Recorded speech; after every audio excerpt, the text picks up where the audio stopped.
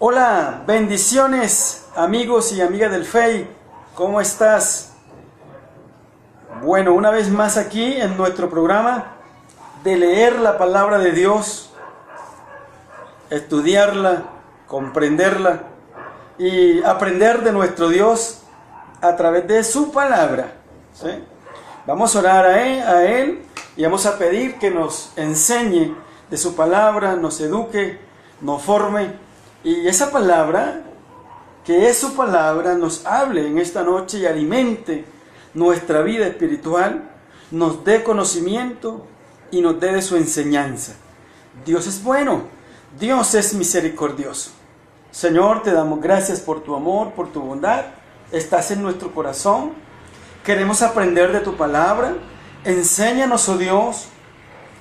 Padre, tu palabra es la que nos guía, tu palabra es la que nos habla. Tu palabra, Señor, es la que nos enseña de ti. Señor, yo quiero aprender de tu palabra. Soy un pecador. Pero quiero, Dios mío, Señor, que tu palabra hable a mi vida. Gracias por este día, Señor. Ha sido un día maravilloso. Como siempre hay aflicciones, hay momentos difíciles, pero aquí estamos para leer tu palabra. Te invitamos a nuestra reunión. Te invito que también puedas hablarle allá a esa mujer, a ese hombre, ese caballero, a esa dama, y tu palabra le pueda instruir. Gracias, Dios. Amén y amén. Muy bien, vamos a leer hoy en Segunda de Corintios, capítulo 3. ¿Sí? Segunda de Corintios, capítulo 3. Con esta Biblia que tengo aquí, Nueva Versión Internacional. ¿Sí? En esta versión. Dice, ministros del nuevo pacto, ¿acaso comenzamos otra vez a recomendarnos a nosotros mismos? ¿O acaso tenemos que presentarles o pedirles a ustedes carta de recomendación como hacen algunos? Ustedes mismos son nuestra carta, escrita en nuestro corazón, conocida y leída por todos. Es evidente que ustedes son una carta de Cristo expedida por nosotros, escrita no con tinta, sino con el Espíritu del Dios viviente, no en tablas de piedra, sino en las tablas de carne en los corazones. Muy bien, entonces aquí está el apóstol Pablo y él comienza a decirle a los de Corintio, les dice: ¿o acaso tenemos que presentarles o pedirles a ustedes carta de recomendación como hacen algunos? Eso quiere decir entonces que algunos que iban o estaban en ese lugar también predicando y enseñando la palabra de Dios tenían o necesitaban carta de recomendación, ¿sí? Carta de recomendación para predicar el evangelio que ellos supuestamente predicaban. Pero el apóstol Pablo dice, yo o nosotros, porque él habla aquí del término nosotros, porque recordemos que Pablo está con Timoteo, con Tito, ¿sí? Con Silas, personas que de alguna manera acompañaban su ministerio. Y él dice, ¿acaso nosotros, ¿sí? Está usando allí un plural, porque hay varios. Él dice, ¿acaso nosotros necesitamos carta de recomendación? Él dice, no necesitamos carta de recomendación. Es lo que quiere decir allí. Algunos sí la necesitan, pero nosotros no. Y él dice, la evidencia de que no la necesitamos es que ustedes, dice en el verso 2, mismos son nuestra carta, escrita en nuestro corazón, conocida y leída por todos. Entonces eso quiere decir, carta de recomendación es, vamos a poner, cuando uno lleva una hoja de vida, ¿sí? A un nuevo empleo, y entonces tú llevas esa hoja de vida y tú tienes que en esa hoja de vida escribir, bueno, trabajé en esta compañía, en esta institución o en esta empresa, y ahí está escrito lo que has hecho en esa compañía, ¿sí? En esa empresa. es evidente que cuando uno todavía no tiene experiencia, entonces dice sin experiencia, ¿sí? Y cuando miran esa hoja de vida, entonces le van a dar un tratamiento a tu hoja de vida de acuerdo a lo que tú y yo hemos trabajado. Entonces el apóstol Pablo dice, yo no necesito esa carta de recomendación, porque ustedes, corintios, saben lo que yo hice en ustedes. Ustedes mismos saben la formación. Ustedes son la carta que la gente mire, observe y mire el trabajo que ustedes tienen. El conocimiento, la experiencia y todo lo que ustedes son nuestra carta. Y es lo que quiere el apóstol Pablo enseñarle aquí. Es decir, mi trabajo, mi experiencia son ustedes. No necesito más carta. Otros sí, porque otros quizás no tenían el trabajo que había mostrado o podía mostrar el apóstol Pablo a través de la iglesia de Corintio. Entonces, ese dice aquí, es evidente que ustedes son una carta de Cristo, expedida por nosotros, ¿sí?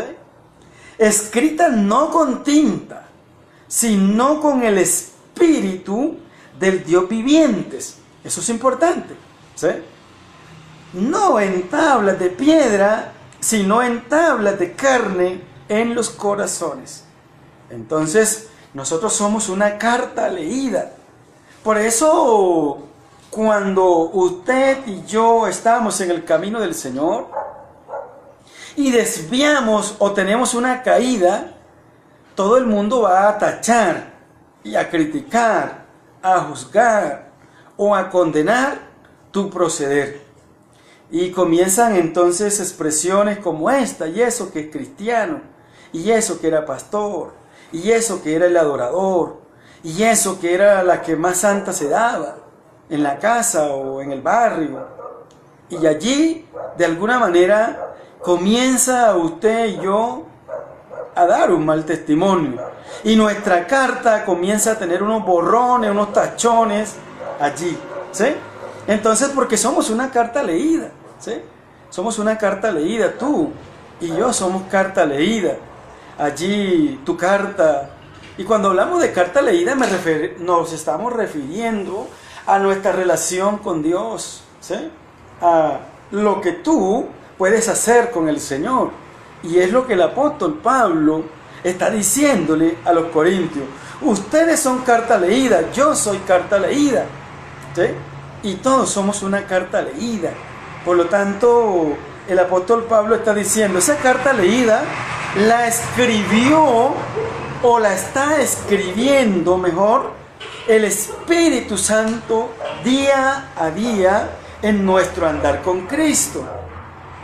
El Espíritu Santo está en nosotros, está en nuestros corazones y allí Él todos los días va escribiendo tu forma de proceder, el testimonio, tu andar con Cristo, tus momentos alegres, tus momentos tristes, porque esto de andar con el Señor es una vida, ¿sí? Es una vida y día a día vas dando pasos. Entonces allí tú vas escribiendo tu proceder y tu andar con el Señor. Y era lo que el apóstol Pablo le está diciendo a los hermanos que están en Corintio y que hoy de alguna manera se nos dice para nosotros. Y dice, esta es la confianza que delante de Dios tenemos por medio de Cristo. Entonces el apóstol Pablo tenía una confianza en ellos. Y la confianza radica en que cuando él estuvo en Corintio año y medio enseñando, él formó, instruyó, capacitó a la iglesia. Luego él se retira de Corintio y cuando allá llegan informaciones que los corintios estaban saliendo del camino y del rumbo, él escribe las cartas y luego él recibe la noticia que los corintios habían corregido el error. Por lo tanto, el apóstol Pablo está diciendo, wow, o sea, Está bien que se desviaron, pero les mandé y les pedí, les supliqué que se corrigiera el error y lo han hecho. Y él dice, wow, eso es interesante. Y ahí entonces que nosotros vamos aprendiendo, ¿verdad? Que como iglesia podemos caer en un error, podemos caer en una dificultad, ¿sí? Por eso es por allá en el libro de Primero de Juan, dice el escrito, amados, estas cosas os escribo para que no pequéis. Pero si alguno ha pecado, abogado tenemos en Cristo. Eso quiere decir entonces que hay un abogado que media y litiga a favor de nosotros. Porque en nuestro andar con Cristo, en nuestro andar con el Señor, es día a día, y en ese día a día nosotros vamos fallando, ¿sí? Podemos fallar por omisión, podemos fallar por comisión, ¿sí? Tanto así que hay un versículo de la palabra de Dios que dice, el que sabe hacer lo bueno y no lo hace, le es pecado, ¿sí? Entonces, en esto de andar con Cristo todos los días, estamos fallando, pero nuestro proceder y la presencia de Dios en la vida de nosotros nos va enseñando a corregir, ¿sí? A corregir.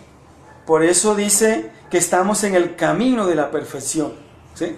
Andamos en ese camino de la perfección, ¿sí? No eres perfecto, no somos perfectos, sino que vamos caminando en ese camino de la perfección, dice, hasta que todos lleguemos a la estatura de Cristo, a la estatura de Cristo. Entonces, tenemos que leer, acercarnos a Dios, acercarnos.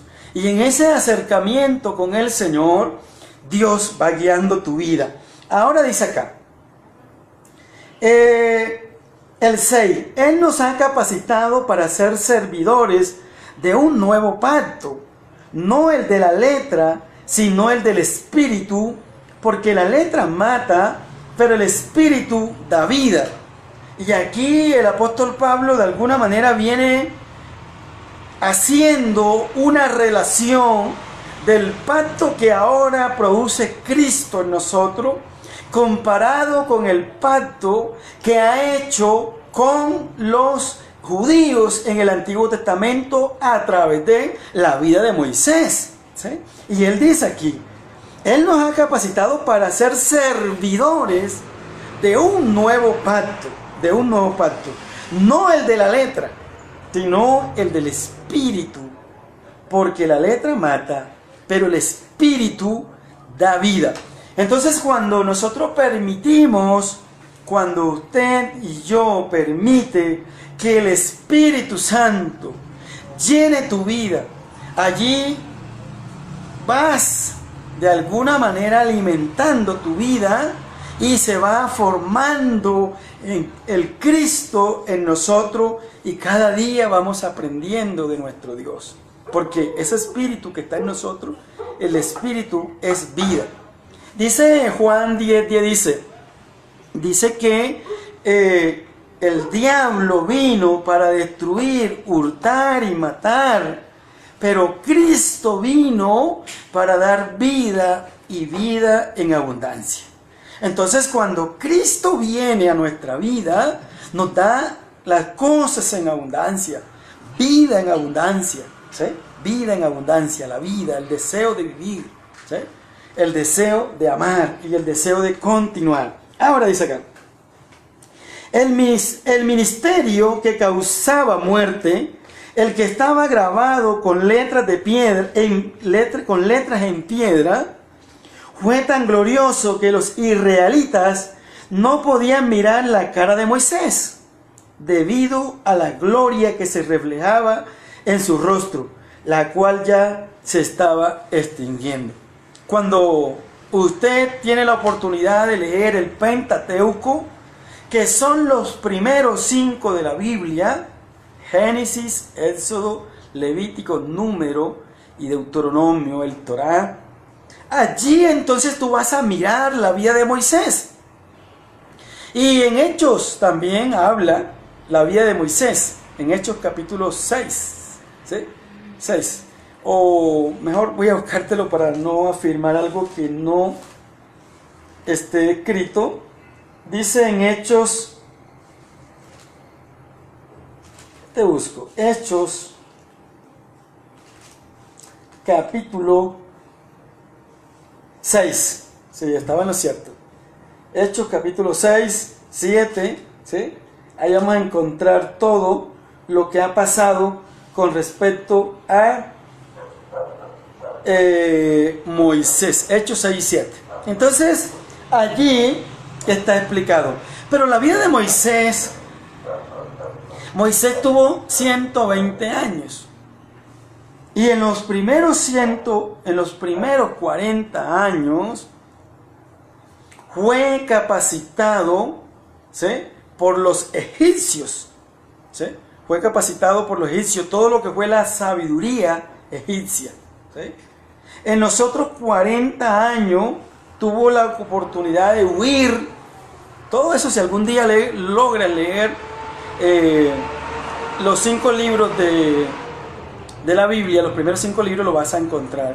En los otros siguientes 40 años, allí aprendió a formarse en el desierto, porque pues tiene que huir, se casa y allí forma todo lo que es la familia y aprende un poco más el pastoreo de ovejas.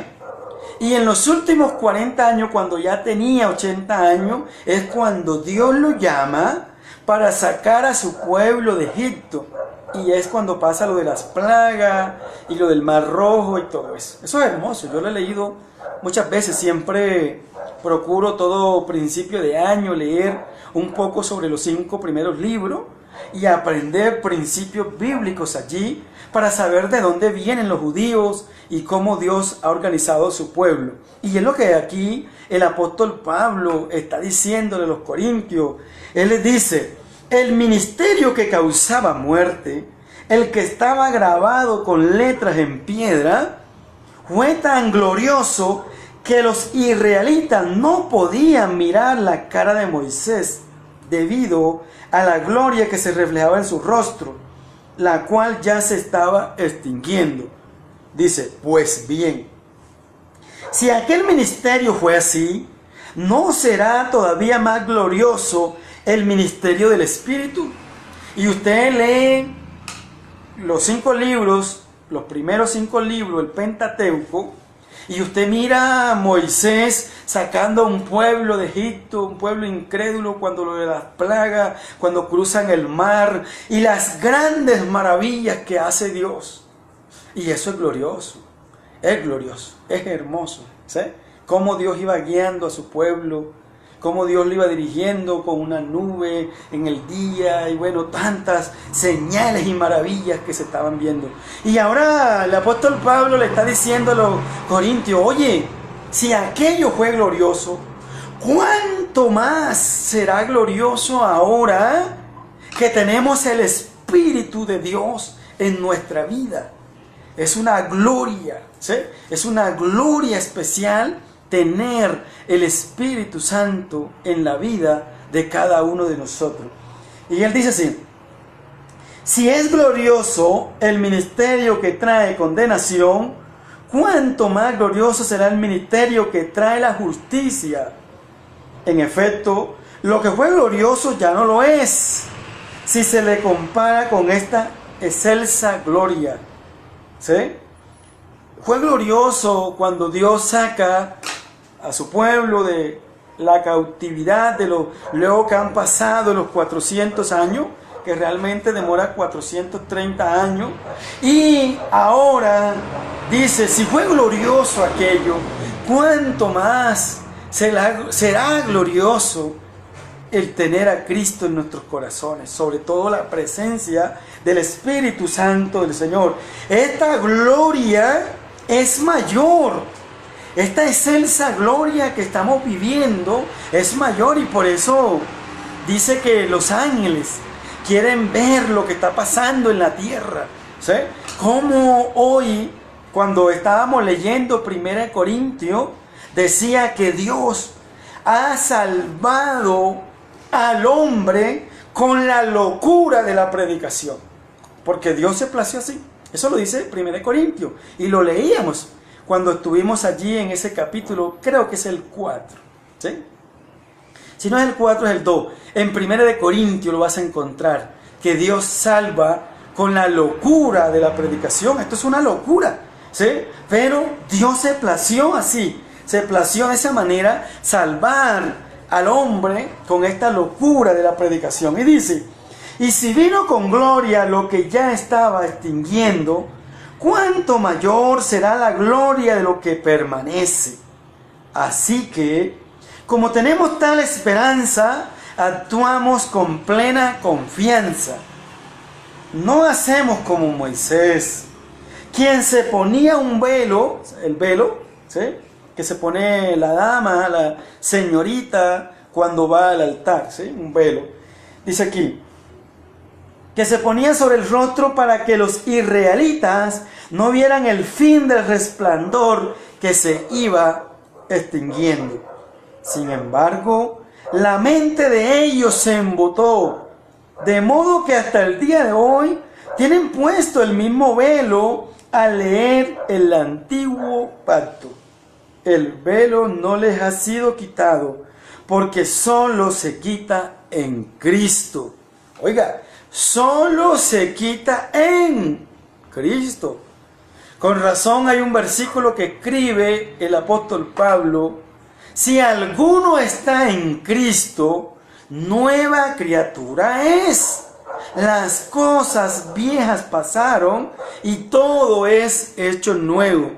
Pero esa vez que estábamos explicando esa parte y que leíamos esa parte, el versículo es claro cuando dice, si alguno está en Cristo. No es si vas a la iglesia, no es si tienes la Biblia abierta ya en el Salmo 91, ¿sí? No es si tú te haces llamar hijo e hija de Dios, ¿sí? El versículo es claro, dice, si alguno está en Cristo, nueva criatura es. Eso quiere decir que no todos estamos en Cristo, ¿sí? Que no todo el que va a una iglesia está en Cristo. Y aquí este versículo de alguna manera trata de explicar esa parte, ¿sí? Entonces dice, el velo no les ha sido quitado, porque solo se quita en Cristo. Solo se quita en Cristo. Por eso el primer paso para uno convertirse en hijos e hijas de Dios es acertar a Cristo en nuestro corazón. Y es lo que le sucede a Nicodemo cuando llega a encontrarse con Jesucristo. En Juan capítulo 3. Nicodemo va de noche, visita a Cristo y le dice, sabemos que eres maestro por las señales que hace, nadie puede hacer estas señales. Y Jesucristo enseguida le dice, ¿sí?, es necesario nacer de nuevo. Por eso nosotros nos esforzamos siempre a que la persona nazca de nuevo. El nuevo nacimiento. Alguien ha enseñado que el que nace de nuevo nace dos veces, porque naces cuando tu madre te tuvo la oportunidad de traer a este mundo físico, y naces cuando Cristo llena el vacío de tu corazón y haces la oración de fe o la oración del arrepentimiento, donde dices, Cristo, ven a mi corazón y escribe mi nombre en el libro de la vida. Y por eso entonces aquí dice, porque solo se quita en, ojo, en, ese en, ¿verdad? Allí es un nexo, ¿sí? Es un nexo, ¿sí?, que te va a permitir conectar. Tienes que estar en Cristo. para que el velo se te quite. Y cuando leas la palabra de Dios, allí entonces puedas entender esto que está aquí, ¿sí? En Cristo. Ese nexo, ¿verdad? Ese nexo te va a permitir tener claridad cuando lees la palabra de nuestro Dios. Ahora dice, hasta el día de hoy, siempre que leen a Moisés, un velo les cubre el corazón. Pero cada vez que alguien se vuelve al Señor, el velo es quitado. Cuando alguien se vuelve a Cristo, el velo se quita. Hoy la invitación es volver a Cristo, ¿sí? Cuando alguien se vuelve, se regresa, va caminando, pero dice, voy en el camino errado, como dice en el libro de Proverbios, hay caminos que al hombre le parecen derechos, pero el fin es muerte. Pero también el Evangelio de Juan, en el libro de Juan dice, Jesús dijo, yo soy el camino, la verdad y la vida. El que viene a mí nunca será rechazado y tendrá vida eterna. Nosotros andamos en ese camino y le pedimos a Dios, no nos alejes de este camino. Señor, queremos andar en tus principios. Reconocemos que la vida es difícil, reconocemos que las situaciones son difíciles, pero no nos queremos volver atrás, ¿sí? No queremos regresar la mirada atrás, sino seguir caminando en Cristo, con dificultades, con lucha, pero que ese amor de Cristo siempre permanezca en nosotros. Ahora dice, ahora bien, el Señor es el Espíritu, y donde está el Espíritu del Señor, allí hay libertad.